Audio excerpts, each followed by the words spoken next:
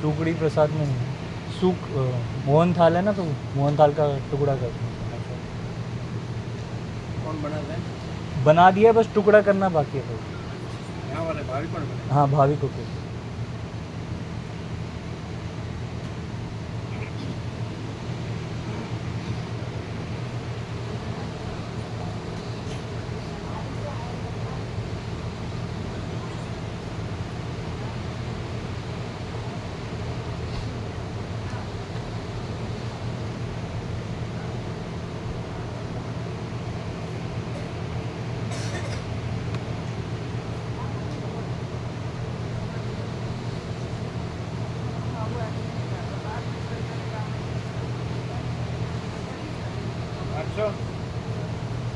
बराबर છે બરાબર છે એવું ઓવરઓલ બરાબર છે ઓવરઓલ ઓલ એન્ડ સોલ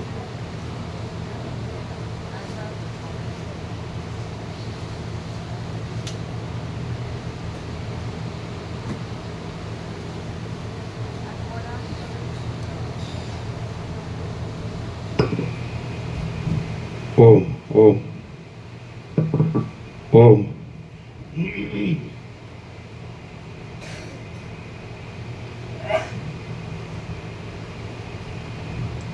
परम चिदाकाश, परम ज्योति, अखंड ज्योति, महाचिदाकाश, स्वयं प्रकाश, संपूर्ण प्रकाश, पूर्ण ब्रह्म, अनंत तेजगण, अनंत चिदगण, परमाकाश, केवल अनंत शुद्ध तेजगण, परमाकाश, अखिल आत्मा, पूर्ण ब्रह्म, परमात्मा, परम चिदाकाश, परम ज्योति, अखंड ज्योति, अनंत पूर्ण परम चिदाकाश, परम शांति, स्वयं सिद्ध, स्वयं प्रकाश, स्वयं पूर्ण, स्वस्वरूप, यही सब कुछ है, इसके सिवा कुछ नहीं है। शून्यभास, अनंत कोटि, महाकल्पों है ही नहीं। महाचिदाकाश, स्वयं प्रकाश, संपूर्ण प्रकाश, महाचिदाकाश ज्योति, अनंत, अखंड, अभेद, महाचिदाकाश ज्योति, महातत्व, महासामान्य, महाचिदाकाश, स्वसंवेद्य, सहज निर्विकल्प, महाचिदाकाश, परम कैवल्य, परम शांति, परम चिदाकाश, अनंत, पूर्ण, निरपेक्ष, सत्य, अनंत, संपूर्ण, अपरिज्ञ, निर्भ्रांत, निरपेक्ष, वसिठ राम નિર્વાણ ઉત્તરાર્ધ રાઉન્ડ 43મો રાઉન્ડ.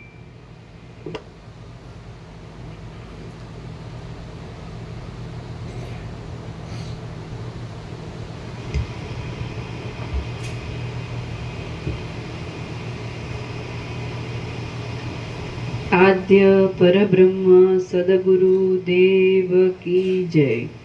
ઓમ શ્રી પરમાત્મને નમઃ. સદગ્રંથોમાં શિરોમણી શ્રી યોગ વાસિષ્ઠ મહારામાયણ નિર્વાણ પ્રકરણ ઉત્તરાર્ધ પાના નંબર 1625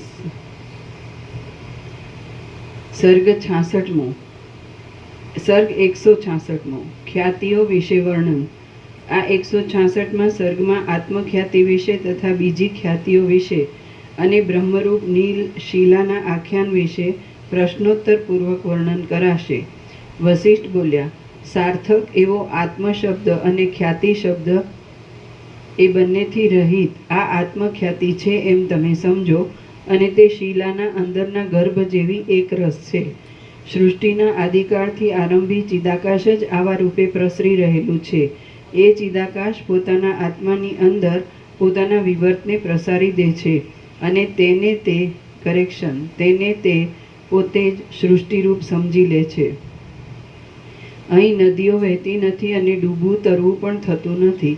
નિષ્ક્રિય એવું ચિદાકાશ જ પોતાના આકાશ જેવા નિર્વિકાર સ્વરૂપમાં આવા પ્રકારે પ્રતીતિમાં આવે છે. ખ્યાતિ શબ્દથી અને ખ્યાતિ શબ્દના અર્થથી રહિત સ્વયં પ્રકાશ આત્માને પોતાનો આત્મા સૃષ્ટિરૂપ જણાયાથી વિદ્વાનો આત્મખ્યાતિ શબ્દરૂપ સમજે છે.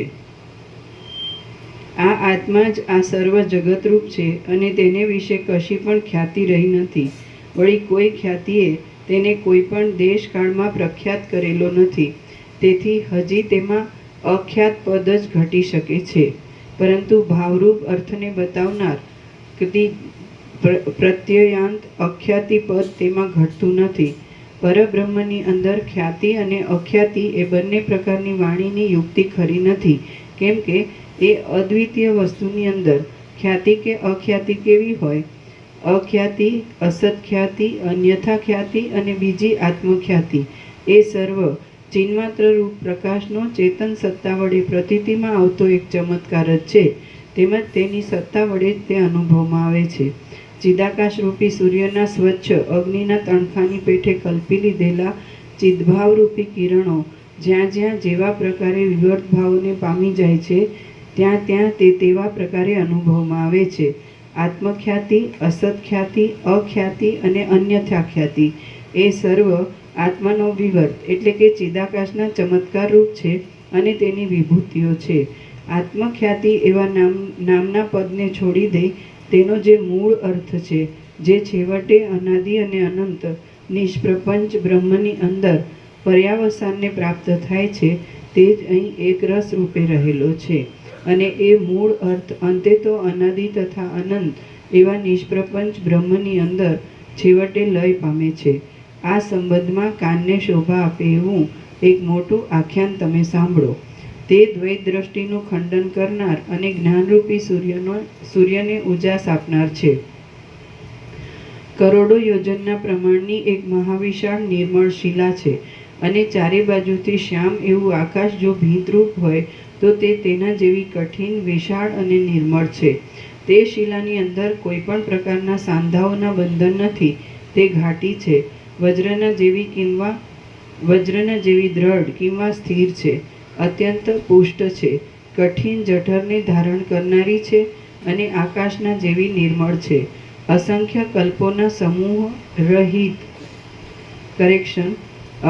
અસંખ્ય કલ્પોના સમૂહ રહિત તે અખંડ અવિનાશી છે.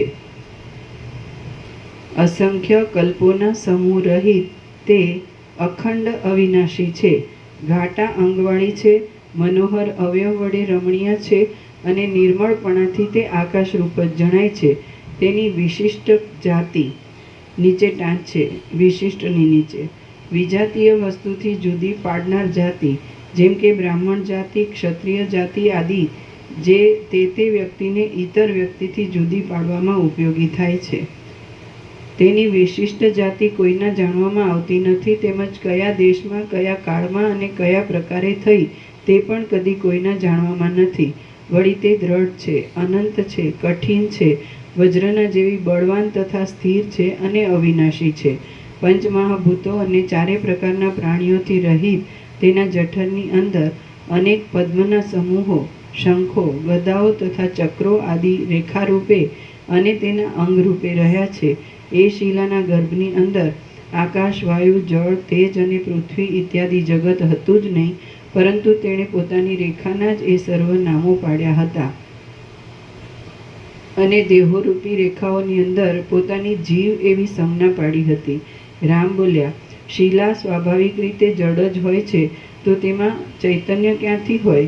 અને જો જડ હોય તો પછી તે પોતાની રેખાના આકાશ, વાયુ આદિ નામો કેમ કલ્પી શકે?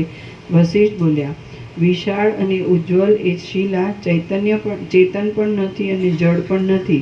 તેની જાતિ કોણ જાણી શકે? અને તે વખતે ત્યાં બીજો કોણ હોય? રામ બોલ્યા, શિલાના ગર્ભમાં રહેલી રેખાને કોણ દેખે છે અને તે શી રીતે દેખે છે? એ શિલાની અંદર કોણે એ વિચિત્ર રેખાઓ આલેખી, ક્યારે આલેખી અને શી રીતે આલેખી? આપ તે મને કહો. વશિષ્ઠ બોલ્યા, એ અતિ દ્રઢ શિલા કોઈથી ભેદી શકાય કે આલેખી શકાય તેવી નથી, તેમજ તેનો કોઈ ભેદનાર કે આલેખનાર પણ નથી. આ સર્વ અપાર અને અનંત દેહવાળી એ શિલાથી વ્યાપ્ત છે.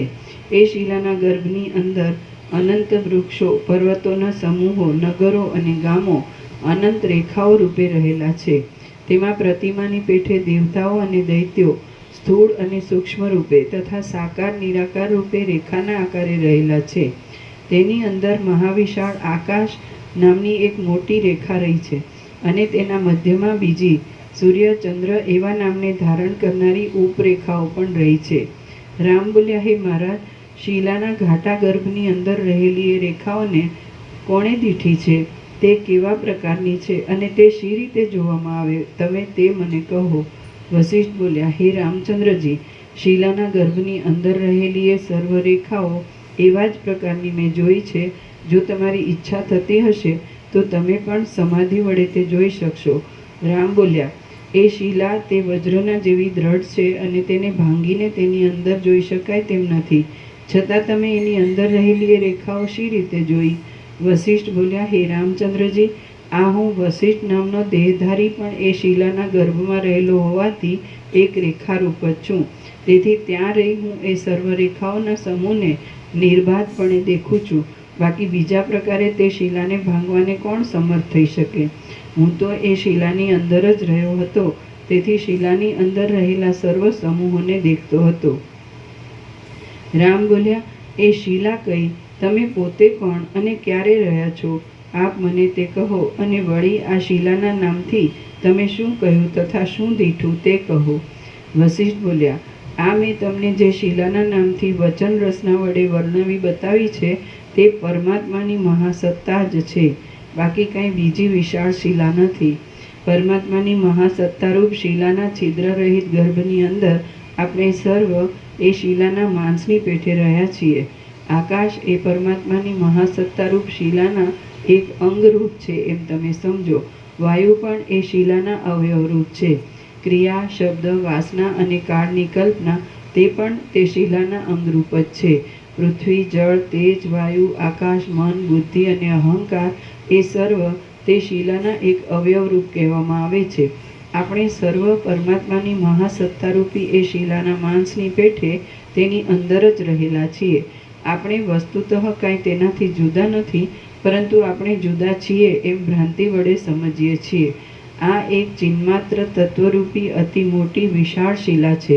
તે વિના જો બીજું કાંઈ હોય તો ક્યાં છે અને શું છે તે તમે જ કહો.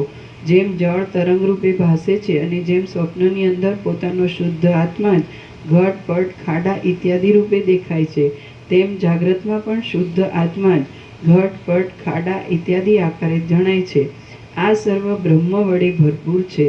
ચિન્માત્ર તત્વ વડે ઘટ્ટપણે વ્યાપ્ત છે. પારમાર્થિક સત્ય તત્વ વડે એક રસ થઈ રહેલું છે અને સર્વ બ્રહ્મરૂપ હોવાથી એક રસ છે એમ વિવેકીઓ સમજે છે. આ સર્વ પ્રપંચ છિદ્રથી રહિત છે, અનાદિ છે, અનંત છે અને મધ્યભાગથી પણ રહિત મહાચૈતન્યરૂપી શિલાના એક ગર્ભરૂપ છે. વળી તે બ્રહ્મરૂપ આત્માએ પોતે જ પોતાની કલ્પના વડે જગત, સૃષ્ટિ, ભુવન, દ્રશ્ય ઇત્યાદિ નામોની કલ્પના કલ્પી લીધેલી છે. કલ્પના કરેક્શન.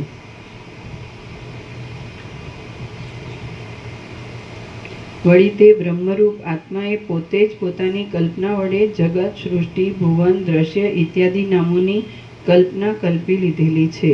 શ્રી યોગ વાસિષ્ઠ મહારામાયણમાં નિર્વાણ પ્રકરણના ઉત્તરાર્ધનો શીલોપાખ્યાન નામનો સર્ગ 166મો સમાપ્ત. સર્ગ 167મો ચાર ખ્યાતિનો નિષેધ અને આત્મતત્વનું નિરૂપણ. આ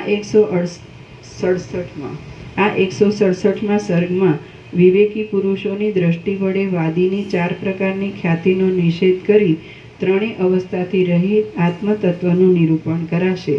વસિષ્ઠ બોલ્યા, આત્મખ્યાતિ, અસત્ખ્યાતિ, ખ્યાતિ, અખ્યાતિ અને અન્યથા ખ્યાતિ એ સર્વ શબ્દ તથા અર્થ સંબંધી દ્રષ્ટિઓ તત્વજ્ઞ પુરુષને સસલાના શિંગડાના જેવી કેવળ મિથ્યા જ ભાસે છે. હે પ્રિય રામચંદ્રજી, નિર્વિકલ્પ ચિદાકાશની અંદર કોઈ દિવસ એ કશી પણ કલ્પના સંભવતી નથી. અનિર્દેશ્ય આત્મતત્વ રૂપે રહેલો વિવેકી પુરુષ તો ખ્યાતિ, અખ્યાતિ આદિના મૂળરૂપ એવી ચિત્તની ચેષ્ટાથી રહિત થઈને સદાકાળ શાંત દશામાં જ રહે છે. અનિર્દેશ્ય આત્મતત્વ રૂપે રહેલો વિવેકી પુરુષ તો ખ્યાતિ, અખ્યાતિ આદિના મૂળરૂપ એવી ચિત્તની ચેષ્ટાથી રહિત થઈને સદાકાળ શાંત દશામાં જ રહે છે. આ સર્વ આત્મખ્યાતિ આદિ કલ્પનાઓ ચિન્માત્ર તત્વમાંથી જ ઉદય પામે છે અને તે શુદ્ધ ચિન્માત્ર તત્વ અતિ શુદ્ધ આકાશરૂપ જ છે. વળી સર્વ કલ્પના એ અધિષ્ઠાન ચૈતન્યમાં આરોપેલી મારા જોવામાં આવે છે. અદ્વિતીય ચિદાકાશની અંદર આ આત્મા છે અને આ ખ્યાતિ છે એવો કલ્પનાનો ભ્રમ સંભવતો નથી. માટે એ શબ્દને છોડી દઈ કેવળ પરમાર્થ પરાયણ થઈ રહો. એવા નિશ્ચય પર આવી જતા ગતિ, સ્થિરતા, ભક્ષણ ઇત્યાદિ ક્રિયા કરનારું જગત પણ સર્વ પ્રવૃત્તિથી રહિત આકાશના જેવું નિઃસંકલ્પ, સ્વચ્છ અને અવિચ્છિન્ન ભાસે છે. તે નાના પ્રકારના મહાન શબ્દવાળું છે, છતાં શિલાની પેઠે મૌનને ધારણ કરી રહેલું જણાય છે. નિરંતર તે ગતિમાન છે, છતાં આકાશના જેવું અને પર્વતના જેવું અતિ સ્થિર ભાસે છે. તે નાના પ્રકારના આરંભોવાળું છે, છતાં મહાશૂન્ય છે અને નિષ્કલંક છે. પંચભૂતાત્મક, છતાં તે આકાશની પેઠે શૂન્ય અને પંચભૂતથી રહિત છે. પદાર્થો વડે તે વ્યાપ્ત છે, છતાં શૂન્ય છે અને જ્ઞાન સ્વરૂપ છે. સ્વપ્નમાં દેખાતા મોટા નગરના જેવું દેખાતા છતાં તે સ્વચ્છ ચિદાકાશ રૂપ છે. સંકલ્પ નગરની પેઠે આરંભવાળું, છતાં તે આરંભથી રહિત છે. આકાશ માત્ર છે, ભ્રાંતિ વડે જ પ્રતીતિમાં આવે છે અને સ્વપ્નમાં થતા સ્ત્રીના સંગ જેવું કેવળ આભાસ રૂપ છે. અનુભવમાં આવતા છતાં તે વ્યર્થ છે. પ્રતિબિંબ રૂપે દેખાતી સ્ત્રીના જેવું કેવળ પ્રતીતિ માત્ર છે અને નાના પ્રકારના અનુભવો અને રચનાઓ વડે યુક્ત છે, છતાં વસ્તુતઃ જોતા તે વસ્તુ શૂન્ય છે. રામ બોલ્યા, જાગ્રત રૂપે અને સ્વપ્ન રૂપે પ્રતીતિમાં આવતું આ દ્રશ્ય સ્મૃતિ વડે દેખાય છે એમ હું માનું છું. વિદ્યમાન ન છતાં દેખાતા પદાર્થોનું સ્મરણ થવું એ જ તેમાં કારણરૂપ જણાય છે. વસિષ્ઠ બોલ્યા, જે સર્વ પદાર્થોની સત્તા રૂપે રહેલું છે, ચિદ્રૂપ છે, અવિનાશી છે અને અપરિમેય છે, તે જ સત્ય તત્વ કાકતાલીયની પેઠે પોતાના વિવર્ત રૂપે પ્રતીતિમાં આવે છે. તે જ આ જગત છે એમ તમે સમજો. સર્વત્ર જળની અંદર જેમ તરંગો રહ્યા હોય છે, તેમ એ જ તત્વ પોતાના સ્વરૂપભૂત શાંત પરમાત્માની અંદર આવા રૂપે થઈ રહેલું છે.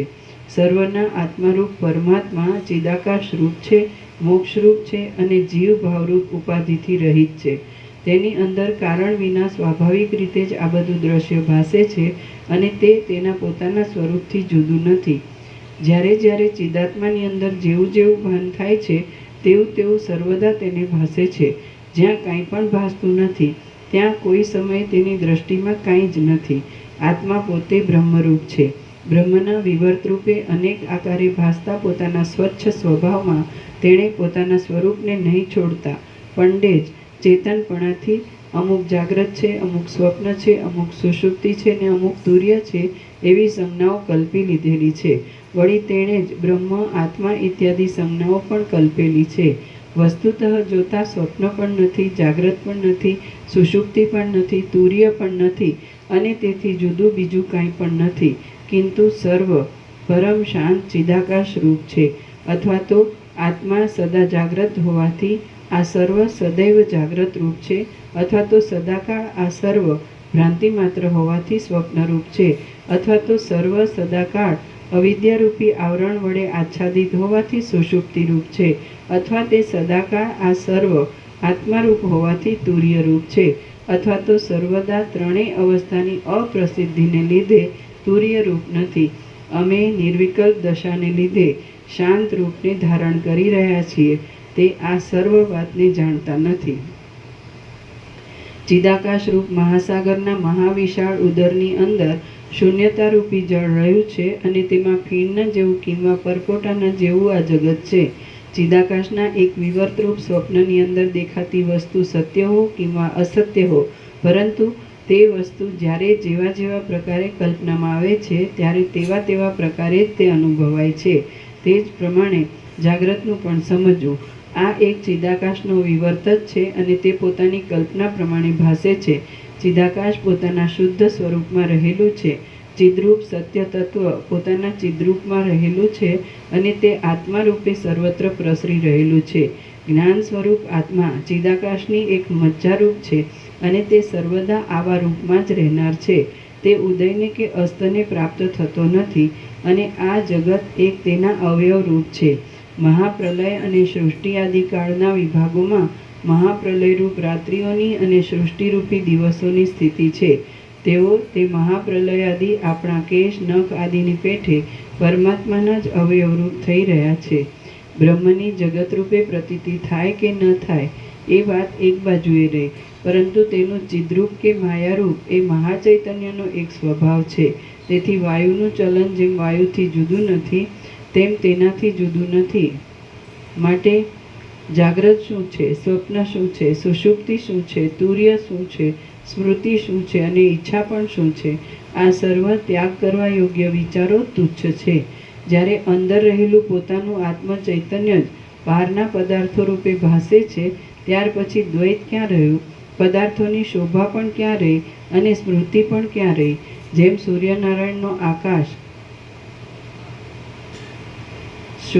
સૂર્યનારાયણનો આકાશમાં પ્રસરી રહેલો પ્રકાશ સૂર્યથી જુદો નથી, તેમ જે કાંઈ આ દ્રશ્ય પોતાની આત્માને ભાસે છે તે એક પોતાનો જ વિવર છે અને ભેદથી રહિત છે. તેથી તેને જુદું કહી શકાતું નથી. જો કદાચિત બહારના પદાર્થો સત્ય હોય તો હજી તેના અનુભવથી થતી સ્મૃતિને સૃષ્ટિના આરંભકાળથી જગતની સ્થિતિના કારણરૂપ કહી શકાય, પરંતુ પ્રથમ સૃષ્ટિના આદિકાળમાં પંચ મહાભૂતોરૂપી કારણોના અભાવને લીધે પ્રાણીઓનો અત્યંત અસંભવ છે. તેથી આ બહારના કોઈ પદાર્થ જ નથી.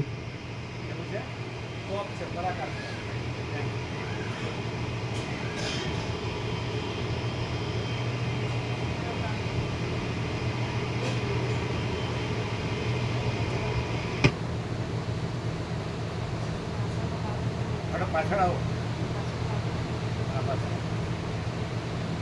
બરાબર.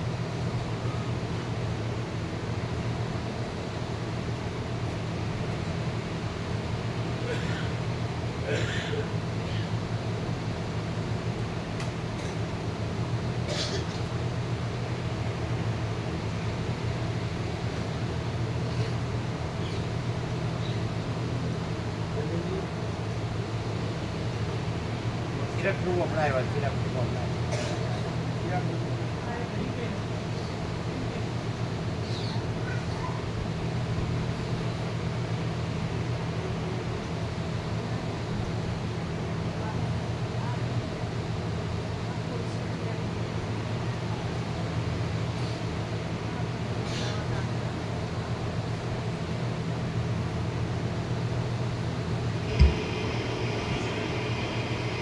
અવિવેકીઓને પ્રતીતિમાં આવતો આ જગત આદિ અને હું, અહંકાર આદિ પદાર્થ અવિચાર દ્રષ્ટિ વડે જોતા દેખાય છે, પણ વસ્તુતઃ જોતા જેમ સસલાને શીંગડું નથી, આકાશ વૃક્ષ નથી, વંધ્યા પુત્ર નથી, ઉધર પર વાંચ્યું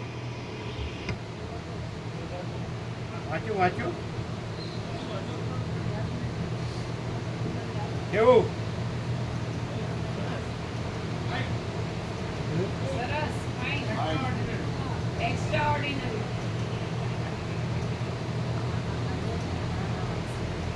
તમે અહીંયા વંચાણું અહીંયા અહીં નહીં વંચાણું વંચાણું વાંચ્યું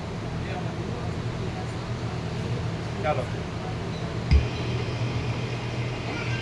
અવિવેકીઓને પ્રતીતિમાં આવતો આ જગત આદિ અને હું અહંકાર આદિ પદાર્થ અવિચાર દ્રષ્ટિ વડે જોતા દેખાય છે, પણ વસ્તુતઃ જોતા જેમ સસલાને શીંગડું નથી, આકાશ વૃક્ષ નથી, વંધ્યા પુત્ર નથી અને કાળો ચંદ્રમા નથી, તેમ એ પણ કાંઈ નથી જ. હે રામચંદ્રજી, આ મોટા આકારવાળું જે જગત જોવામાં આવે છે તે સર્વ વિવેકીઓની દ્રષ્ટિમાં કોઈ પણ જાતનું રૂપ નથી, તે તો અખંડિત બ્રહ્મનું જ સ્વરૂપ છે. હે રામચંદ્રજી, એક રસ એવા ચિદાકાશની જ્ઞાનરૂપ મજ્જા નિરંતર રહ્યા છતાં જ્યારે જેવા જેવા પ્રકારે ઉદય પામે છે ત્યારે તેવા તેવા પ્રકારે ઉપચારથી વ્યવહારની અંદર તેનો ઉદય અસ્ત કલ્પી લેવામાં આવે છે.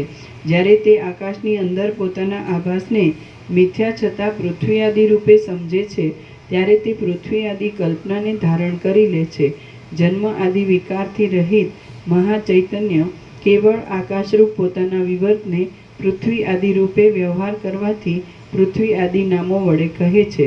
બાળક જેમ આકાશની અંદર પોતાના મનોરાજ્યના નગરને કલ્પી લે છે, તેમ અવિનાશી ચિદાકાશ આકાશના જેવા પોતાના સ્વરૂપની અંદર આ પૃથ્વી છે એવી કલ્પનાને ધારણ કરી લે છે.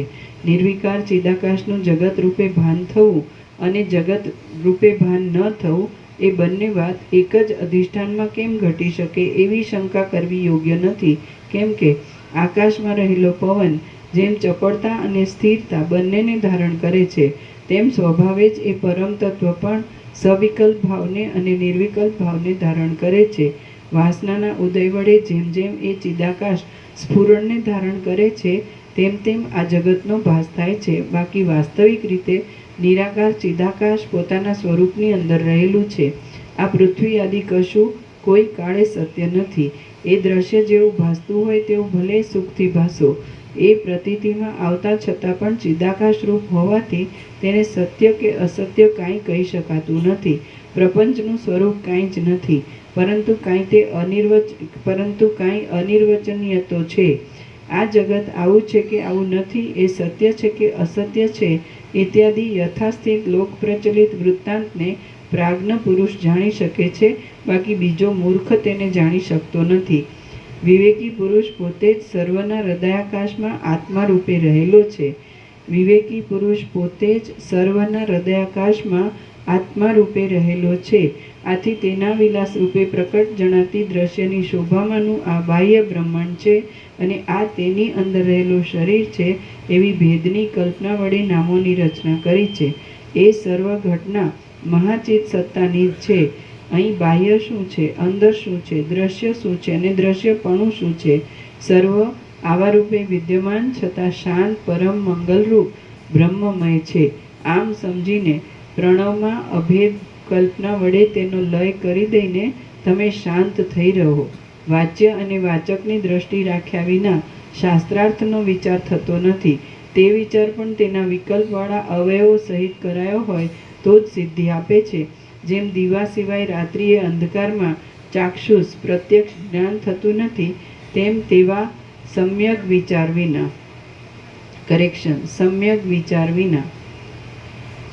જેમ દીવા સિવાય રાત્રિએ અંધકારમાં ચાક્ષુષ પ્રત્યક્ષ જ્ઞાન થતું નથી, તેમ તેવા સમ્યક વિચાર વિના કશી પણ સિદ્ધિ થતી નથી. માટે અંદર થયા કરતી અનેક વિકલ્પોના સમૂહથી ભરપૂર એવી સંકલ્પની કલ્પનાને યથાર્થ વિચારથી નિર્મળ થયેલી ઉત્તમ બુદ્ધિથી દૂર કરો તથા સર્વશાસ્ત્રના સારરૂપ અને મહાપુરુષાર્થરૂપ અદ્વિતીય આત્મામાં મનને નિષ્ઠાવાળું રાખો. તેમજ આ સંસારમાંથી ઉઠીને એ એક નિષ્ઠાથી ઉત્તમ મોક્ષપદને પ્રાપ્ત થાઓ. શ્રી યોગ વાસિષ્ઠ મહારામાયણમાં નિર્વાણ પ્રકરણના ઉત્તરાર્ધનો જાગ્રત સ્વપ્ન સુષુપ્તિ અભાવ પ્રતિપાદન નામનો સર્ગ 167મો સમાપ્ત. સર્ગ 168મો સૃષ્ટિનો અધ્યારોપ અને તેનો નિષેધ. આ 168મા સર્ગમાં અબુદ્ધિપૂર્વક સ્વાભાવિક સૃષ્ટિનો અધ્યારોપ વર્ણવવામાં આવશે. તે ચિદ્રૂપ હોવાથી અને ચિદાકાશનો અવિકારીપણાને લીધે છેવટે તેનો અપવાદ નિષેધ કરવામાં આવશે.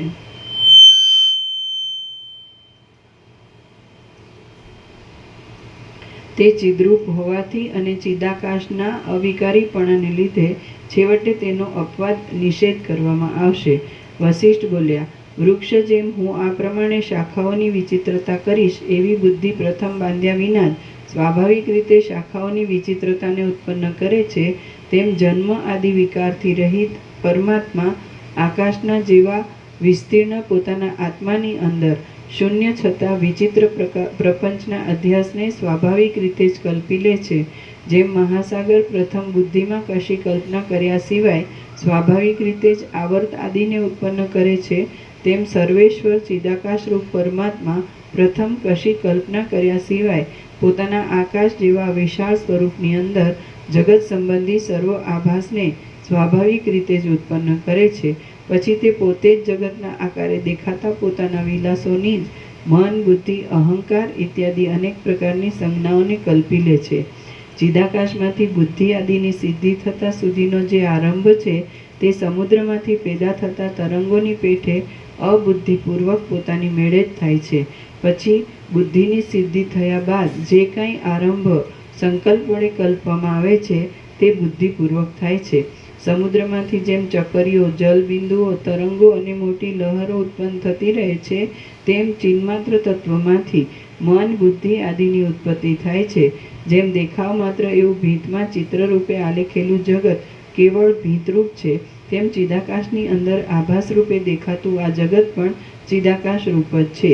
જેમ પ્રથમ દ્રષ્ટાંત રૂપે વર્ણવેલા વૃક્ષ સમુદ્ર આદિમાં અબુદ્ધિપૂર્વક સ્વાભાવિક રીતે પોતાની મેળે જ પ્રવૃત્ત થયેલો શાખા તરંગ આદિનો આરંભ કાંઈ ઈશ્વરી ચોક્કસ નિયમને લીધે સમાન રચનાવાળો થાય છે, તેમ ચિદાકાશની અંદર સૃષ્ટિના આકારે પ્રતીતિમાં આવતો આરંભ પણ અબુદ્ધિપૂર્વક છતાં કોઈ ઈશ્વરી ચોક્કસ નિયમને લીધે સમાન રચનાવાળો હોય છે. જેમ વૃક્ષમાં રહેલા ગુચ્છા આદિના નામોને કોઈ બીજો કલ્પી લે છે, તેમ ચિદાકાશરૂપી વૃક્ષના પુષ્પ આદિની પેઠે થઈ રહેલી પૃથ્વી આદિના નામોની કલ્પના પણ હિરણ્યગર્ભ આદિ કલ્પી લે છે. જેમ મહાવિસ્તીર્ણ વૃક્ષના પુષ્પ, પત્ર આદિ અવયવો વૃક્ષથી જુદા નથી, તેમ આ દ્રશ્ય પણ ચિદાકાશરૂપ પરમાત્માથી જુદું નથી. જેમ વૃક્ષના અવયવોને વિશે કોઈ બીજો જુદા જુદા પ્રકારની સંજ્ઞાઓ કલ્પે છે, તેમ ચિદાકાશ પોતાના આત્માની અંદર સર્વ પદાર્થોના જુદા જુદા નામોને કલ્પી લે છે. તે સર્વ પદાર્થો ચિદાકાશ રૂપ છે, છતાં પોતે જાણે તેનાથી જુદા હોય તેમ વ્યષ્ટિ જીવ જેવા બની જઈને તેને કલ્પી કાઢે છે. બાકી તત્વદ્રષ્ટિથી જોઈએ તો સૃષ્ટિઓ ચિદાકાશ રૂપી વૃક્ષના પલ્લવના જેવી છે અને તે ચિદ્રૂપ હોવાથી આવા સ્થૂળ રૂપે બિલકુલ નથી જ. એ ચિદાકાશ પોતે જ સ્વપ્ન પેઠે જાણે કાર્યકારણ રૂપ થઈ રહેલું હોય તેમ ભાસે છે. જો કદાચિત સૃષ્ટિ ઇત્યાદિ નથી જ તો પછી ચિદાત્માને પરલોકમાં જે અનુભવમાં આવે છે તે પણ વ્યર્થ છે એમ સિદ્ધ થાય, અને તે વાત યુક્તિયુક્ત નથી એમ જો તમારા તરફથી આક્ષેપ કરવામાં આવતો હોય તો તેના સમાધાનમાં એટલું જ કે સ્વપ્ન આદિમાં તથા રજ્જુ, સર્પ, મૃગતૃષ્ણા ઇત્યાદિમાં અનુભવમાં વ્યર્થપણાનો કોણ નિષેધ કરી શકે તેમ છે. જેમ એ વ્યર્થ છતાં અનુભવમાં આવે છે, તેમ ઐહિક, પારલૌકિક સર્વ વ્યર્થ મિથ્યા છતાં આભાસ રૂપે અનુભવમાં આવે છે.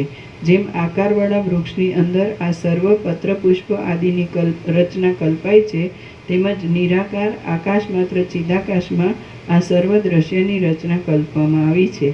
જેમ પુષ્પમાં ગંધ આદિ રહેલ છે, આકાશમાં શૂન્યતા આદિ રહેલ છે અને વાયુમાં ચલન શક્તિ આદિ રહેલ છે, તેમ પરમાત્માની અંદર બુદ્ધિ આદિ રહેલ છે. જેમ પુષ્પમાં ગંધ આદિ રહેલ છે, આકાશમાં શૂન્યતા ઇત્યાદિ રહેલ છે અને વાયુમાં ચલન શક્તિ આદિ રહેલ છે, તેમ ચિદાકાશની અંદર આ પૃથ્વી આદિની સૃષ્ટિઓ રહેલી છે. જેમ આકાશનું શૂન્યપણું, પવનની ચલન શક્તિ અને પુષ્પનો ગંધ પૃથક રૂપે અનુભવમાં આવતા છતાં પણ તેનાથી ભિન્ન નથી, તેમ ચિદાકાશની અંદર આ સૃષ્ટિની સ્થિતિ પૃથક રીતે અનુભવમાં આવે છે, છતાં શૂન્યરૂપ હોવાથી તેનાથી ભિન્ન નથી. જેમ આકાશથી શૂન્યતા જુદી નથી, જેમ જળથી દ્રવપણું જુદું નથી, જેમ પુષ્પથી ગંધ જુદો નથી, જેમ પવનથી તેની ચલન શક્તિ જુદી નથી, જેમ અગ્નિથી ઉષ્ણપણું જુદું નથી, અને જેમ હિમથી તેનું શીતળપણું પણ જુદું નથી, તેમ ચિદાકાશરૂપ આત્મ સ્વરૂપ સ્વચ્છ ઈશ્વરથી જગત જુદું નથી. સૃષ્ટિના આદિકાળમાં ચિદાકાશની અંદર અને સ્વપ્નમાં હૃદયની અંદર જે કાંઈ દેખાય છે તે વિના કારણે ખડું થઈ જાય છે. તેને ચિદાકાશથી જુદું કેમ કહી શકાય? આ બાબતમાં નિરંતર જોવામાં આવતું સ્વપ્ન જ દ્રષ્ટાંતરૂપ છે. તમે વિચાર કરો અને કહો કે તેમાં ચિન્માત્ર તત્વ સિવાય બીજું શું સારરૂપ છે? એ સ્વપ્ન બુદ્ધિના સંસ્કારો વડે દ્રશ્ય છે, તેથી સ્મૃતિરૂપ જ છે એવી શંકા સંભવતી નથી. કેમ કે સ્વપ્ન તો અમુક રૂપે પ્રત્યક્ષ દેખાય છે અને સ્મૃતિ તો અતીત વિષયનું ભાન કરાવવાને લીધે પરોક્ષ બોધક છે. તો તે બંનેની એકતા કેમ ઘટી શકે તે તમે જ કહો. જે વ્યાધ વગેરે પ્રથમ અરણ્ય ઇત્યાદિમાં જોવામાં આવેલા હોય છે તે સ્વપ્ન સંબંધી સ્મૃતિકાળમાં સ્વપ્ન પ્રદેશમાં નિદ્રાના યોગથી નજીક આવી જાય છે અને અમુક પ્રત્યક્ષ રૂપે અનુભવમાં આવે છે એમ પણ સંભવતું નથી. કેમ કે જો એમ થતું હોય તો પછી તે સમયે અરણ્યમાં બીજાઓને તેનો અનુભવ થવો ન જોઈએ, કારણ કે એક જ વસ્તુની બે પ્રકારે સ્થિતિ શી રીતે હોઈ શકે? સમુદ્રમાં થતા આવર્તોની પેઠે આ જગત કાકતાલીય ન્યાયથી ચિદાકાશની અંદર ભાસે છે અને પછી તેમાં જાગ્રત તથા સ્વપ્ન આદિની કલ્પના કરવામાં આવે છે. જેમ સમુદ્રમાં પોતાની મેળે જ તરંગ આદિ ઉત્પન્ન થાય છે, તેમ પ્રથમ પરમાત્માની અંદર પોતાની મેળે જ આ સૃષ્ટિ ઉત્પન્ન થાય છે. તેમજ પછી તેની આકાર, રચના અને સ્થિતિ પોતાની મેળે જ સિદ્ધ થાય છે. આ દ્રશ્ય ઉત્પન્ન થયું છે, છતાં તેની ઉત્પત્તિ કારણ વિના જ છે, એટલે તે ઉત્પન્ન જ થયું નથી. આમ તે જો ઉત્પન્ન જ થયું તો પછી તે પોતાની સમાન સ્થિતિમાં જ રહ્યું છે તથા સર્વના આદિકારણરૂપ બ્રહ્મનો જ એક વિવર છે. જેમ રત્ન આદિ તેજસ્વી પદાર્થોની કાંતિ પોતાની મેળે જ સ્વાભાવિક રીતે ઉત્પન્ન થાય છે, તેમ બ્રહ્મ સત્તા જગતની દ્રષ્ટિને વિશે સ્ફુરે છે. પ્રથમ આ જગત હર કોઈ પ્રકારે અનિર્વચનીય માયાના કારણના યોગે ખંડ થઈ જાય છે અને ત્યાર પછી સમુદ્રમાં પડ્યા કરતી ચકરીઓની પેઠે તે પોતાના આત્માની અંદર કોઈ ચોક્કસ નિયમને ધારણ કરી લે છે. ચિદાકાશની અંદર આ જગતો સ્વપ્ન સમૂહની પેઠે દેખવામાં આવે છે. તે વસ્તુતઃ ચિદ્રૂપ જ છે. તે કારણ વિના ઉત્પન્ન થઈ જાય છે અને પાછા કારણ વિના નિવૃત્ત થઈ જાય છે. વસ્તુતઃ જોતા તે સાવ અત્યંત મિથ્યા છે. પ્રતીતિ થયા બાદ તે સર્વ અન્યોન્ય એકબીજાના કારણ ભાવને પ્રાપ્ત થાય છે અને તે જગતોના ઈશ્વરાદિ સર્વ પદાર્થો પણ માયાના યોગથી પ્રતીત થવાથી વસ્તુતઃ જોતા છે જ નહીં. આ જગત વિદ્યમાન નહીં હોવા છતાં ઉત્પન્ન થાય છે કે વૃદ્ધિ પામે છે અને અત્યંત શૂન્યતાથી નાશ પામે છે. વળી આ જગત અવિદ્યમાન છતાં સત્યના જેવું ભાસે છે. આ બાબતમાં સ્વપ્નરૂપ દ્રષ્ટાંત સર્વના અનુભવમાં આવે એવું છે, છતાં જે માણસ તેનો નિષેધ કરે છે તે કોઈ ઘેટાનો ચોરનાર ને જોવાવાળો રબારી જેવો મહામૂર્ખ છે. તે કોઈ ઘેટાના ચોરનારને જોવાવાળો રબારી જેવો મહામૂર્ખ છે. એ રબારી કોઈ બહાર આવી તેના ઘેટાને ઉપાડી જાય છે, તેને જુએ છે, છતાં તેને હાંકતો નથી. આ દ્રશ્ય અસત્ય છતાં જોવામાં આવે છે, ભ્રાંતિ માત્ર છે, કેવળ કૃત્રિમ છે અને તે એક ચિદાકાશનો ચમત્કાર જ છે. વિવેકીની દ્રષ્ટિમાં તો તે અનાદિ સિદ્ધ સત્ય બ્રહ્મ તત્વરૂપ જ જણાય છે, જગત રૂપે જણાતું નથી. જે કાંઈ સૃષ્ટિ, પ્રલય આદિ ભ્રાંતિ દેખાય છે તે એક લાંબા સમયથી રૂઢ થઈ રહેલો સંકલ્પ જ છે. સર્વને પોતાના આત્માના વિલાસરૂપ સમજવું તે જ્ઞાન છે અને સર્વને ભ્રાંતિના આકારે જોવું તે અજ્ઞાન છે. જેમ દ્રશ્યથી રહિત આત્માની અંદર સુષુપ્તિ પછી સ્વપ્ન જોવામાં આવે છે, તેમ માયાની ઉપાધિથી યુક્ત બ્રહ્મનું સ્વરૂપ કારણ વિના પણ તરત દ્રશ્યરૂપ થઈ જઈ પ્રતીતિમાં આવે છે. આ વાત પ્રત્યક્ષ જ છે. ત્યાર પછી તે બ્રહ્મ સ્વરૂપ કાર્ય કારણ ભાવ આદિ નિયમને ધારણ કરે છે. ત્યાર પછી તે બ્રહ્મ સ્વરૂપ કાર્ય કારણ ભાવ આદિ નિયમને ધારણ કરે છે. જેમ સમુદ્રની અંદર પોતાની મેળે જ આવર્ત આદિ થતા દેખાય છે, તેમ આ ચિદાત્માના સ્વરૂપના આધારે જ રહેલું આ દ્રશ્ય કાકતાલીયની પેઠે ચિદાકાશની અંદર ચેતન સત્તાના બળથી દેખાય છે. ચિત્ત ધાતુ આવા જ સ્વભાવવાળો છે. તે કેવળ આકાશરૂપ હોવા છતાં આવા જગતના રૂપે સ્ફુરે છે અને પોતાના ચિદ્રૂપને છોડતો નથી. ચિદ્રૂપ છતાં દ્રશ્ય રૂપે થઈ રહેલા ચિદાત્માએ પછી પોતાના આત્માની અંદર સ્મૃતિ આદિની, પૃથ્વી આદિની અને બુદ્ધિ આદિની કલ્પનારૂપ સંજ્ઞાઓ કલ્પી લીધી છે.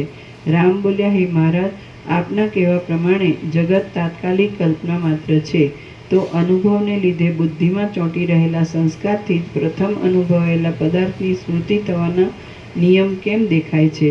સ્મૃતિને અનુભવપૂર્વક ન માનવામાં આવે તો આ વિષયમાં શંકા રહે છે. એટલા માટે તેનું શું સમાધાન છે તે આપ કહો. વશિષ્ઠ બોલ્યા, હે રામચંદ્રજી, સિંહ જેમ હાથીને ભેદી નાખે છે તેમ હું તમારા પ્રશ્નને ભેદી નાખું છું. સૂર્ય જેમ પ્રકાશની સ્થાપના કરે છે તેમ હું અભેદની, ભેદરહિત આત્મતત્વની સ્થાપના કરું છું, તે તમે સાંભળો. વનને વિશે વૃક્ષની અંદર જેમ અનેક પ્રતિમાઓ કોતર્યા વિના નિગૂઢ રહેલી હોય છે, તેમ ચિદાકાશની અંદર આ જગતરૂપ દ્રશ્ય પણ રહેલું છે. કદાચિત કોઈ સુથાર વૃક્ષમાંથી પૂતળીને રચી શકે છે, પરંતુ અદ્વિતીય ચિદાકાશરૂપ સ્તંભમાંથી કોઈ આ જગતરૂપ પ્રતિમાને રચે કોણ?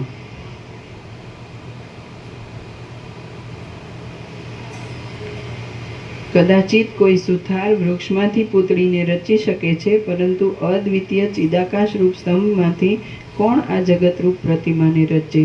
સ્તંભ જડ છે, તેથી તેને ઘડ્યા સિવાય સ્તંભ જડ છે, તેથી તેને ઘડ્યા સિવાય તેમાં પ્રતિમાની સ્ફુટતા બનાવી શકાતી નથી. પણ ચિદાકાશની અંદર ચેતનપણાને લીધે અંતર્ગત રહેલી આ સૃષ્ટિ આત્માની અંદર જ સંપૂર્ણપણે અભિવ્યક્તિને પ્રાપ્ત થઈ રહેલી છે. અભિવ્યક્તિને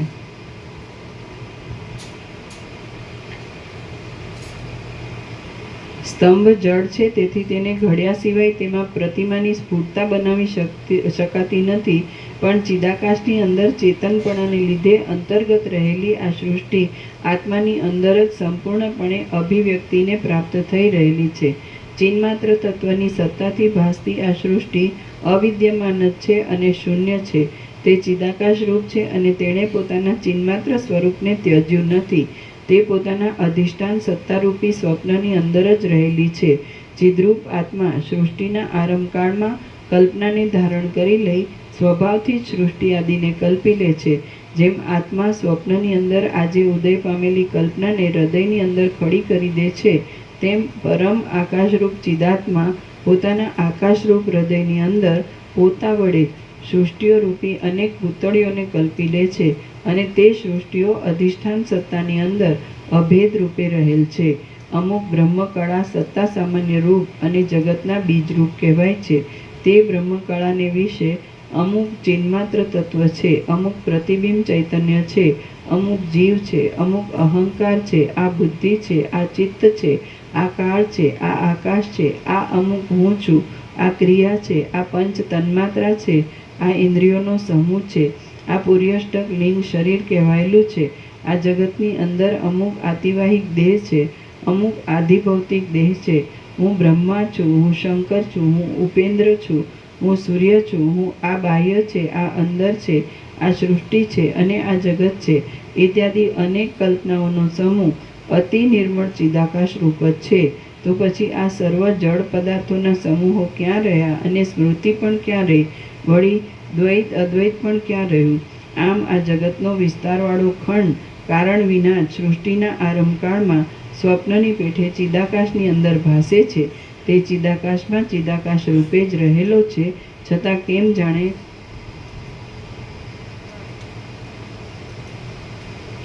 વિકારી હોય તેમ દેખાય છે. ચિદાકાશ પોતાના સ્વરૂપની અંદર જ વિવર્ત રૂપે આવા પ્રકારે થઈ રહ્યા હોય તેમ છે. ચિદ્રૂપ પરમાકાશની અંદર જે ચિન્મય તત્વ રહેલું છે તે પોતાના સ્વરૂપને પોતાની કલ્પના અનુસાર આ જગતના આકારે સમજે છે.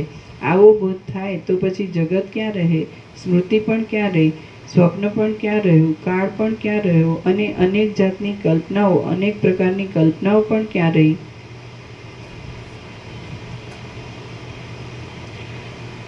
આ સર્વ ચિદાકાશનો જ એક વિવર છે અને તે આકાશની અંદર રહેલી શૂન્યતા પેઠે શાંત રૂપે રહ્યા છતાં આવા સ્ફુટ રૂપે પ્રતીતિમાં આવે છે. ચિદાયકરસ પરમાત્માની અંદર જે અંતર્ગત સત્તા રહી છે તે જ બહાર દ્રશ્ય રૂપે દેખાય છે. બાકી વસ્તુતઃ જોતા સત્ય તત્વ વિના બહાર કે અંદર કશું જ નથી. હે અંધવાદીઓ, નિરવયવ શાંત અને અવર્ણ્ય પરબ્રહ્મમાંથી કારણ વિના જગત શી રીતે ઉત્પન્ન થાય અને કુટસ્થ સાક્ષી ચૈતન્ય વિકારી શી રીતે થાય? માટે જેવું પરબ્રહ્મ છે તેવું જ આ દ્રશ્ય પણ પરબ્રહ્મ રૂપ છે. જે ચિદાકાશ સ્વપ્નની અંદર હોય છે તે સ્વપ્નનગર રૂપ છે. આ કશું દ્રશ્ય કોઈ દેશકાળમાં કાંઈ પણ નથી જ.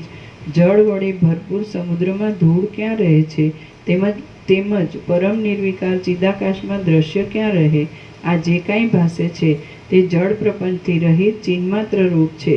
ચિદ્રૂપ તત્વ અન્યથા ભાવને પામ્યા વિના પોતાના સ્વરૂપમાં સદા શાંત રૂપે આ પ્રમાણે રહેલું છે. પૂર્ણ પરબ્રહ્મમાંથી આ જગત પૂર્ણ રૂપે ઉત્પન્ન થયેલું છે. તે ખડું થયું નથી, છતાં ખડું થયેલું હોય તેવું જ જણાય છે. તે પ્રકાશ રૂપે છે અને પરમાત્માનો જ એક વિલાસ છે. જે આત્મતત્વ મને પોતાના અનુભવમાં આવે છે તેને આ પ્રમાણે હું સ્પષ્ટ રીતે ઉચ્ચ સ્વરથી ઉપદેશ રૂપે કહું છું. તો પણ અરે રે, મંદ અધિકારી વર્ગના ચિત્તમાંથી મૂઢતા દૂર થતી નથી અને તે સ્વપ્નના જેવા જગતના સ્વરૂપને વિશે આ જાગ્રત સત્ય છે એવી પ્રતીતિને અદ્યાપી સુધી છોડતી નથી. મોહનું કેવું પ્રાબલ્ય છે કે જાણનાર વિવેકી અધિકારી પણ તેને તરત મૂકી શકતો નથી. શ્રી યોગ વાસિષ્ઠ મહારામાયણમાં નિર્વાણ પ્રકરણના ઉત્તરાર્ધનો સૃષ્ટિનો અધ્યારોપ અને તેનો નિષેધ નામનો સર્ગ 168મું સમાપ્ત. સર્ગ 169મું. જીવન મુક્તના લક્ષણો અને તત્વજ્ઞની નિર્વિકાર દશા. આ 169માં સર્ગમાં વિશ્રાંત ચિત્તવાળા જીવનમુક્ત પુરુષના અનેક લક્ષણો કહેવામાં આવશે અને તત્વજ્ઞ પુરુષની સદા સુષુપ્તિના જેવી નિર્વિકાર દશા વર્ણવવામાં આવશે. વશિષ્ઠ બોલ્યા, બુદ્ધિ અંતર્મુખ પ્રત્યેક ચૈતન્યમાં આસક્ત હોવાથી જેને સુખના સાધનરૂપ વિષય સમૂહ સુખ આપતા નથી અને જેને દુઃખના સાધનો દુઃખ આપી શકતા નથી તે મુક્ત કહેવાય છે. બુદ્ધિ અંતર્મુખ પ્રત્યેક ચૈતન્યમાં આસક્ત હોવાથી જેને સુખના સાધનરૂપ વિષય સમૂહ સુખ આપતા નથી અને જેને દુઃખના સાધનો દુઃખ આપી શકતા નથી તે મુક્ત કહેવાય છે. જેમ અવિવેકી પુરુષોની બુદ્ધિ વિશાળ ભોગોમાં આસક્ત થઈ જઈ તેમાંથી ખસતી નથી, તેમ જેની બુદ્ધિ ચિદાકાશમાં અચળ સ્થિતિ રાખી તેમાંથી વ્યુત્થિત થતી નથી તે મુક્ત કહેવાય છે. જેમ અવિવેકી પુરુષોની બુદ્ધિ વિશાળ ભોગોમાં આસક્ત થઈ જઈ તેમાંથી ખસતી નથી, તેમ જેની બુદ્ધિ ચિદાકાશમાં અચળ સ્થિતિ રાખી તેમાંથી વ્યુત્થિત થતી નથી તે મુક્ત કહેવાય છે. જેનું ચિત્ત ચિન્માત્ર આત્માને વિશે વિશ્રાંત થવાથી તેમાંથી ચંચલ થતું નથી પણ તેમાં જ પ્રીતિ બાંધી સ્થિર થઈ રહે તે જીવન મુક્ત કહેવાય છે. જેનું ચિત્ત પરમાત્મામાં વિશ્રાંત થઈ જઈ પાછું ફરીવાર દ્રશ્યમાં આસક્ત થતું નથી તે જીવન મુક્ત કહેવાય છે. જેનું ચિત્ત ચિન્માત્ર આત્માને વિશે વિશ્રાંત થઈ જવાથી તેમાંથી ચંચલ થતું નથી પણ તેમાં જ પ્રીતિ બાંધી સ્થિર થઈને રહે છે તે જીવન મુક્ત કહેવાય છે. જેનું ચિત્ત પરમાત્મામાં વિશ્રાંત થઈ જઈ પાછું ફરીવાર દ્રશ્યમાં આસક્ત થતું નથી તે જીવન મુક્ત કહેવાય છે. રામ બોલ્યા, હે મહારાજ, જેને સુખના સાધનો સુખ ઉત્પન્ન ન કરે અને દુઃખના સાધનો દુઃખ ન ઉપજાવે તે મનુષ્યને હું અચેતન અને જડ માનું છું. વશિષ્ઠ બોલ્યા, એક ચિદાકાશમાં જ માત્ર નિષ્ઠા રાખવાથી જેનું ચિત્ત શુદ્ધ જ્ઞાનમય થઈ જાય છે અને તેથી જે પ્રયત્ન વિના સુખ દુઃખને જાણતો નથી તે વિશ્રાંત આત્મામાં વિશ્રાંતિ પામેલો કહેવાય છે. સર્વ પદાર્થોમાં વિવેકને લીધે જેના સર્વ સંદેહો વાસ્તવિક રીતે ક્ષીણ થઈ ગયા હોય છે તે પરમ પદમાં વિશ્રાંત હોય છે. વ્યવહારમાં રહ્યા છતાં જેનું ચિત્ત કોઈ પણ દેશ કાળમાં કોઈ પણ વસ્તુની અંદર રાગવાળું થતું નથી તે અંદર રહેલા આત્મતત્વમાં વિશ્રાંત કહેવાય છે. જેના સર્વ ઉત્તમ આરંભો કામ અને સંકલ્પથી રહિત હોય છે અને જે યથાપ્રાપ્ત વ્યવહાર કરી જાય છે તે વિશ્રાંત કહેવાય છે. વિશ્રામ અને અવલંબ એ બંનેથી રહિત અતિ લાંબા સંસારમાં જે ચિન્માત્ર દ્રષ્ટિ વડે આત્મામાં વિશ્રાંતિ પામે છે તે સર્વ સ્થાનનો વિજય કરે છે. ઘણા લાંબા સમય સુધી વિષયોમાં દોડીને જેઓ છેવટે વિશ્રાંતિ પામે છે તેઓ વ્યવહારપરાયણ હોવા છતાં જાણે સુષુપ્તિને પ્રાપ્ત થઈ ગયા હોય તેવા નિર્વિકાર દેખાય છે. તેઓ દ્રષ્ટા અને દ્રશ્ય એ બંનેથી રહિત પોતાના હૃદયાકાશમાં શુદ્ધ ચિદ્રૂપ સૂર્યનારાયણના રૂપે ઉદય પામેલા જણાય છે અને તેઓ આ સંસારની વિચિત્ર સ્થિતિમાં આસક્ત રહેતા નથી. એ ઉત્તમ પુરુષો સદે છતાં તથા વ્યવહારમાં રહ્યા છતાં જાણે સુષુપ્તિમાં રહ્યા હોય તેવા દેખાય છે અને જાણે વિદેહ હોય તેવા જણાય છે. તેઓ જળ જેવા ભાસે છે પણ જળ હોતા નથી. જેઓ અહીં જાણે શૈયામાં સૂઈ રહ્યા હોય તેવા જણાઈ સ્વપ્નનગરમાં સ્વપ્નની અંદર સ્થિર રહ્યા હોય છે તેઓ સૂતેલા કહેવાય છે, છતાં તેઓ નિદ્રાને પરવશ હોતા નથી, તેથી જડ કહેવાતા નથી. તે જ પ્રમાણે જે પુરુષ ઘણો લાંબો પંથ કરીને થાકી ગયો હોય તેમાંથી નિવૃત્ત થઈ જઈ શ્રમ રહિત બન્યો હોય અને સુખનો તથા મૌનનો આશ્રય કરી બહિર્મુખ પુરુષો આગળ કશી વાત કરતો ન હોય તેને જડ કહી શકાય નહીં. અવિદ્યાનો ક્ષય સર્વ પ્રાણીઓને રાત્રિ જેવો છે અને તે તત્વજ્ઞને પરમ બોધરૂપ તથા પરમ શાંતિરૂપ છે. કરેક્શન: પ્રાણીઓને રાત્રિ જેવો છે અને તે તત્વજ્ઞને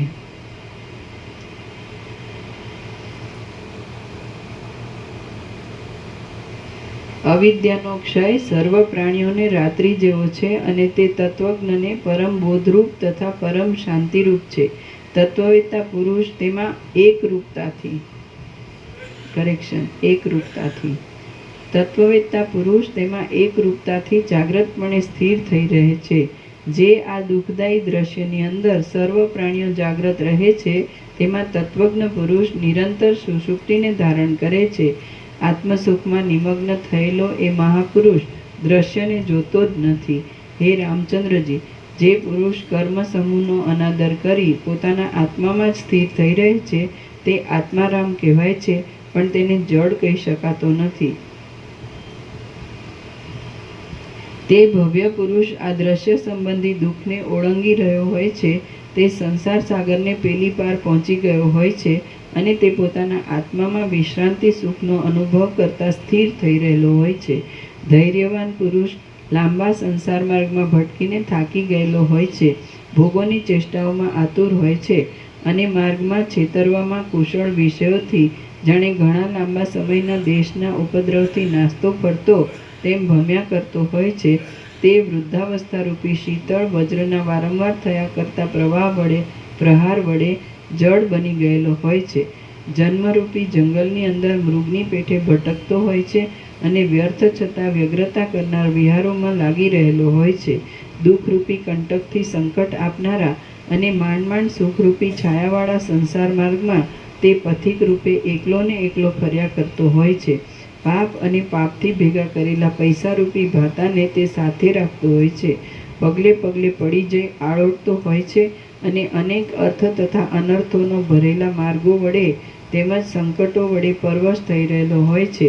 આવો તે ધૈર્યવાન મુમુક્ષુ પુરુષ સાધન સંપત્તિથી તથા સદશાસ્ત્ર અને સદગુરુના પ્રસાદથી થયેલા તત્વ સાક્ષાત્કાર વડે પ્રબોધને પ્રાપ્ત થઈ સંસાર સાગરની પેલી પાર પહોંચી જાય છે અને પ્રાણથી રહિત એકાંત અને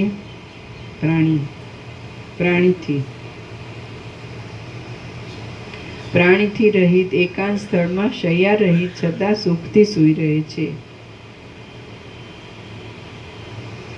આશ્ચર્ય છે કે તત્વજ્ઞ પુરુષ મહેલ તથા પલંગ આદિ શયનના સાધન વિના, પ્રાણ આદિની ચેષ્ટા વિના, સ્વપ્ન તથા સુષુપ્તિ વિના અને પોતાના સ્વરૂપથી ભિન્ન એવી નિદ્રા નામની બીજી વસ્તુથી પણ પૃથક રહે છે અને સ્વરૂપમાં જાગ્રત રહેતા સુખથી સૂઈ રહે છે.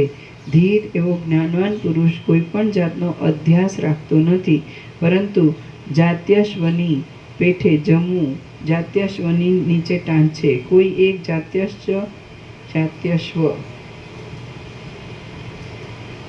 જાતવાળો ઘોડો કોઈ એક જાત્યશ્વ જાતવાળો ઘોડો જમતા ચાલતા ને ઊભો રહેતા સદાકાળ નિદ્રા કરે છે, ફક્ત યુદ્ધ સમયમાં જાગ્રત રહે છે.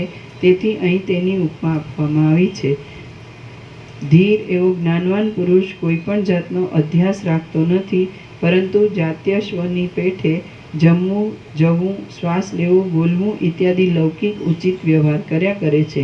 આમ છતાં તે જાણે મોટા જંગલમાં હોય તેમ લોકોના મધ્યમાં આશ્ચર્યકારક રીતે સુખથી સૂઈ રહે છે. તત્વદર્શી પુરુષોની ઘાટી નિદ્રા કંઈક અપૂર્વ હોય છે. પ્રલયકાળના મેઘોની ગર્જના વડે કે અંગના કપાવાથી પણ તે નિવૃત્ત થતી નથી. તત્વદર્શી પુરુષોની ઘાટી નિદ્રા કંઈ અપૂર્વ જ છે. તે ચિન્માત્ર તત્વનું દર્શન થતાં પ્રબોધને પ્રાપ્ત થયેલા તત્વજ્ઞ પુરુષોની બહાર સર્વ ઇન્દ્રિયોને અંતર્મુખ કરી દે છે. નેત્ર બંધ નહીં છતાં દેખતા છતાં જેની દ્રષ્ટિમાં જગતનો લય થયેલો દેખાય છે તે પુરુષ પરમાર્થ વડે મત્ત હોય છે, અને તે ધીર પુરુષ આશ્ચર્યકારક રીતે સુખથી સૂવે છે. આ સર્વ જગતને ગળી જઈને પરમ પૂર્ણપણાને પામેલો જ્ઞાનવાન પુરુષ તૃપ્તિ પર્યંત બ્રહ્માનંદ રૂપ અમૃતનું પાન કરે છે અને આશ્ચર્યકારક રીતે સુખથી સૂઈ રહે છે. ક્ષુદ્ર આનંદથી રહિત છતાં તે નિરતિશય આત્માનંદ વડે ભરપૂર છે. આત્માના પ્રકાશ વિના તે બીજા પ્રકાશની અપેક્ષા રાખતો નથી.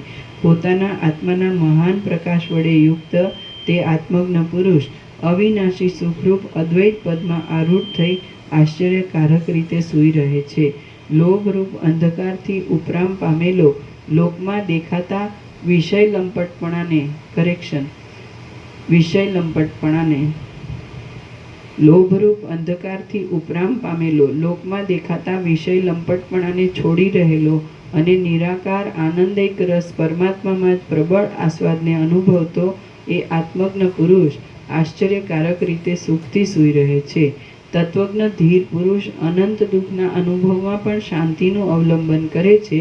તે વર્ણાશ્રમને યોગ્ય લૌકિક વ્યવહારમાં પ્રવૃત્તિ કરે છે, છતાં તે બાહ્ય પદાર્થોમાં આસક્તિ રાખતો નથી. તે તો આત્મસુખમાં લીન થઈ સુખથી આશ્ચર્યકારક રીતે સૂઈ રહે છે. ધીર તત્વવેત્તા અત્યંત સૂક્ષ્મમાં પણ અતિ સૂક્ષ્મને અને અતિ સ્થૂલમાં પણ અત્યંત સ્થૂલ પોતાના આત્માને ચિદાકાશરૂપ શૈયામાં સુવાડી રાખી સુખથી આશ્ચર્યકારક રીતે સૂઈ રહે છે. ધીર તત્વજ્ઞ પુરુષ સૂક્ષ્મપણાને લીધે અણુ અને વ્યાપકતાને લીધે સ્થૂલ ચિદ્રૂપ દેહની અંદર પરમાણુ જેવડા ભાગમાં પણ કરોડો અને સેંકડો બ્રહ્માંડને ધારણ કરે છે અને આશ્ચર્ય ઉપજે તેમ સુખથી સૂઈ રહે છે. આત્મજ્ઞાની ધીર પુરુષ અનેક સૃષ્ટિઓને રચે છે તેમજ અનેક સૃષ્ટિઓને સંહારે છે, છતાં વસ્તુતઃ તે કશું પણ કરતો નથી. તે પુરુષ પ્રકાશરૂપ એવી ચિદાકાશરૂપ શૈયામાં આશ્ચર્યકારક રીતે સુખથી સૂઈ રહે છે. અનેક સંસારોના સમૂહને સ્વસ્વપ્નરૂપ સમજી લઈ આત્મજ્ઞ પુરુષ પૂર્ણ પ્રકાશ વડે પ્રકટ રૂપે દેખાતી દિશાઓની પેઠે ઘણી લાંબી સુષુપ્તિના જેવી નિર્વિકાર સ્થિતિનો આશ્રય કરે છે અને સુખથી આશ્ચર્યકારક રીતે સૂઈ રહે છે. જગતના સર્વ પદાર્થોના સત્તા સામાન્ય રૂપે થઈ રહેલો અને આકાશના કરતાં પણ અધિક વ્યાપક એવો આત્મજ્ઞ પુરુષ આશ્ચર્યકારક રીતે સુખથી સૂઈ રહે છે. જગતના સર્વ પદાર્થોના સત્તા સામાન્ય રૂપે થઈ રહેલો અને આકાશના કરતાં પણ અધિક વ્યાપક એવો આત્મજ્ઞ પુરુષ આશ્ચર્યકારક રીતે સુખથી સૂઈ રહે છે. તે આત્મજ્ઞાની પુરુષ પ્રથમ લય કરી દેવાથી આકાશરૂપ કરી દીધેલા જગતને સ્વચ્છ અવ્યાકૃત આકાશથી પણ સ્વચ્છ એવા ચિદાકાશરૂપ બનાવી દે છે.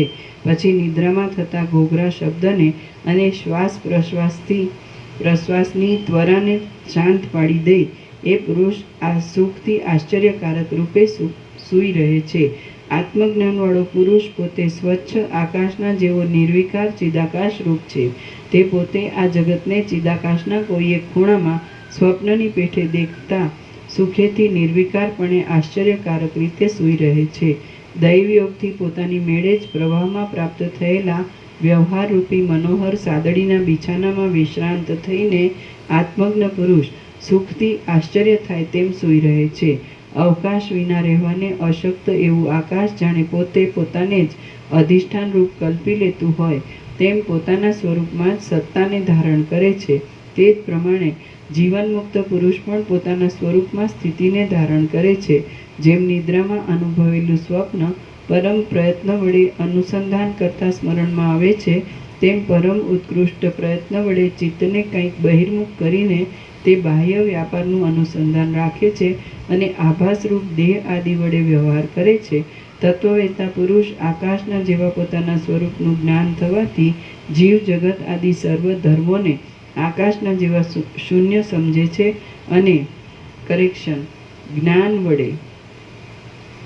જ્ઞાન વડે જ્ઞાતારૂપ પોતાના આત્માને તે સમજે છે.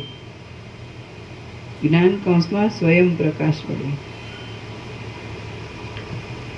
તત્વવેત્તા પુરુષ આકાશના જેવા પોતાના સ્વરૂપનું જ્ઞાન થવાથી જીવ જગત આદિ સર્વ ધર્મોને આકાશના જેવા શૂન્ય સમજે છે અને જ્ઞાન સ્વયં પ્રકાશ વડે જ્ઞાતારૂપ પોતાના આત્માને તે સમજે છે. આમ તત્વવેત્તા પુરુષ વ્યાવહારિક વિષયમાં સદાકાળ સૂતેલા જેવો જ રહે છે, છતાં લોક પ્રસિદ્ધ એવી સ્વપ્ન અને સુષુપ્તિ અવસ્થામાં તે લોકોની પેઠે જ પ્રબુદ્ધ તથા સુષુપ્ત રહે છે. તે જાગ્રતના અને સ્વપ્નના પદાર્થોના ભોગમાં સહાયભૂત મિત્ર સાથે નિરંતર રમ્યા કરે છે અને સુષુપ્તિને પ્રાપ્ત થતાં તેની સાથે જ સુષુપ્તિને પણ ધારણ કરે છે. અનેક જન્માંતરોમાં એકતાને લીધે તથા સહવાસને લીધે વિષમપણાને છોડી દઈ સમાન ચિત્તને ધારણ કરી રહેલો અને વિચિત્ર પ્રકારની શમ દમ તિતિક્ષા જ્ઞાન વૈરાગ્ય તથા સંતોષ આદિ પોતાની પ્રવૃત્તિઓને અનુસરવાથી મધુરતાવાળા પોતાના ચિરંતન મિત્ર સાથે આયુષ્યના અવશેષ રહેલા સર્વ દિવસોને ગાળીને જીવનમુક્ત પુરુષ છેવટ પરમપદમાં અવશ્ય વિશ્રામ પામશે જ. શ્રી યોગવાસિષ્ઠ મહારામાયણમાં નિર્વાણ પ્રકરણના ઉત્તરાર્ધનો વિશ્રાંતિ ચિત્ત વર્ણન નામનો સર્ગ 169મો સમાપ્ત.